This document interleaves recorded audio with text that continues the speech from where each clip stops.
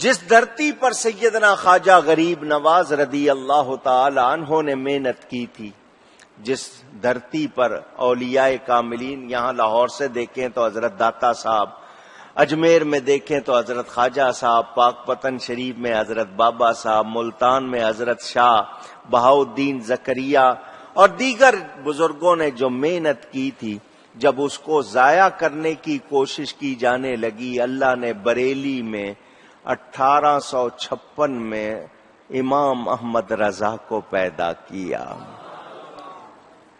ان کے والد حضرت مولانا نقی علی خان، ان کے دادا حضرت مولانا رضا علی خان اپنے وقت کے بڑے علماء تھے، اور یہ لوگ آئے تھے افغانستان سے، افغانستان کے رہنے والے، ہندوستان میں جا بسے۔ دادا نے بچے کا نام احمد رضا رکھا، تاریخی نام المختار ہے۔ اعلی حضرت نے اپنے نام کے ساتھ عبد المصطفیٰ کا لفظ بڑھا لیا، عبد المصطفیٰ احمد رضا۔ عبد المصطفیٰ کے معنی حضور کا غلام، عبد بمانا غلام۔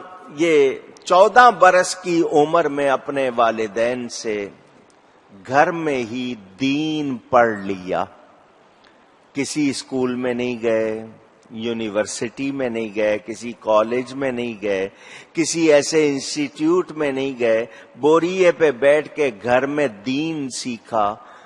14 برس کی عمر میں پہلا فتویٰ لکھا، باپ نے خود مور بنا کے دے دی کہ اب تم فتویٰ دینے کے قابل ہو گئے، تمہارا فتویٰ بتا رہا ہے کہ تم بہترین مفتی بن گئے ہو۔ 14 برس کی عمر سے فتویٰ لکھنا شروع کیا، 65 برس کی عمر پائی، آخر وقت تک لکھتے رہے۔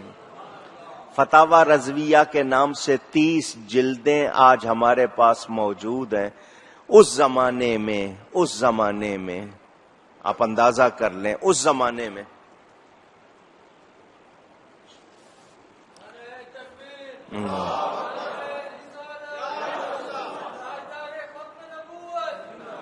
یہ بال پین نہیں تھا، اس زمانے میں فاؤنٹین پین سیاہی والا، انک والا ہوتا تھا، لیکن اعلی حضرت اس سے نہیں، دوات اور قلم ڈبو کے، کیونکہ فرماتے تھے اس سیاہی میں اسپرٹ ملا ہوتا ہے، اس سے نہیں لکھتے تھے۔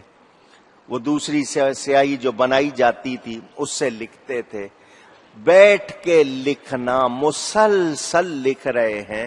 اس زمانے میں آج سے 100 برس پہلے، کتنا عرصہ؟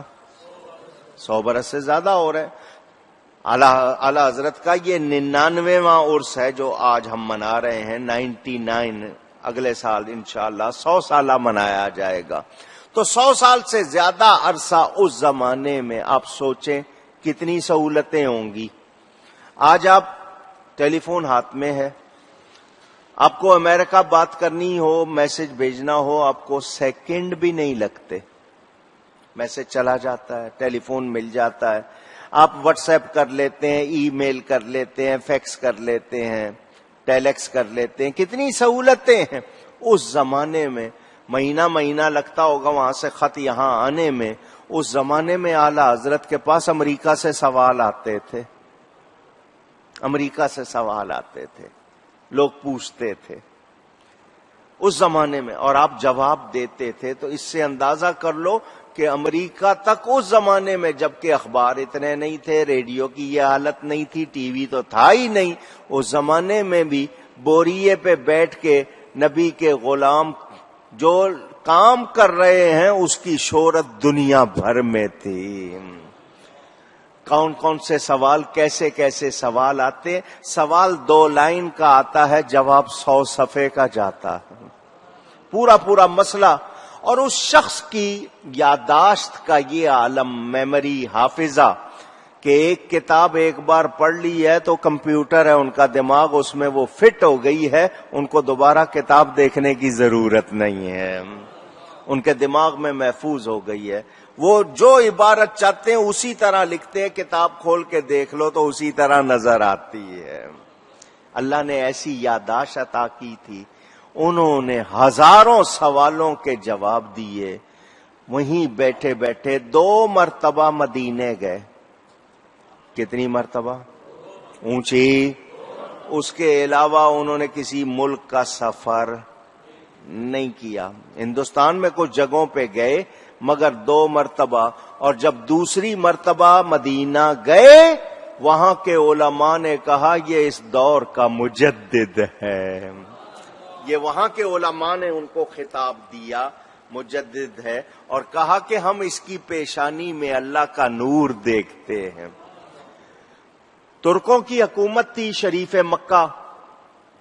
جو حکمران تھا اس زمانے میں، ابھی یہ سعودیوں کی حکومت نہیں آئی تھی، وہاں پر دوسرے دیوبند کے جن لوگوں کے خلاف اعلی حضرت نے لکھا تھا، انہوں نے جا کر مکہ کے حکمران کو کہا کہ ہندوستان سے ایک شخص ہے احمد رضا، یہاں آیا ہوا ہے، نبی کے علم میں، نبی کے بارے میں غلط باتیں کرتا ہے، حضور صلی اللہ علیہ وسلم کے لیے ایسا ایسا کہتا ہے. بات انہوں نے اپنی چھپانی تھی کہ ہم نے کہا ہے، غلطی گستاخی تو ہم نے کی ہے، لیکن ان کا مقصد تھا کسی طرح ان کو یہاں سے نکالیں، کہیں ان کا اثر یہاں نہ ہو جائے. بادشاہ کے پاس یہ بات کی گئی. بادشاہ نے کہا ہم ابھی امتحان لے لیتے ہیں، سوال نامہ لکھو. انہوں نے ایک کاغذ پر سوال لکھے. اعلی حضرت اس وقت کعبے میں موجود تھے، بخار چڑھا ہوا تھا، اگلے دن مدینہ جانا تھا.